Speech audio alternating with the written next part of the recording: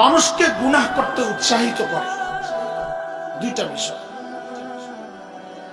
এক হচ্ছে আমি একা, এই একাকিত্বটা মানুষকে গুনাহ করতে উৎসাহিত করে। কেউ নাই, দেখবেন একা হইলে খালি গুনাহ করতে মন চায়, মোবাইলটা করে নেটে ঢুক, দেখি কি কি আছে।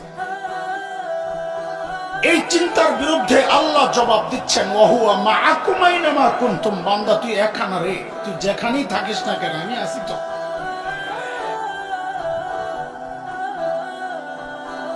গুনাহ করার সময় যদি মানুষের মাথায় এই জিনিসটা থাকে যে আল্লাহ আছে,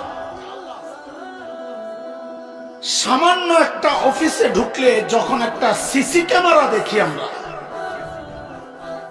অথবা কোনো ভবনে লেখা থাকে এই ভবনটা সিসি ক্যামেরা দ্বারা নিয়ন্ত্রিত, এই লেখাটা দেখলেই আমাদের চলন, আমাদের বলন, আমাদের সবকিছু নিয়ন্ত্রিত হয়ে যায়।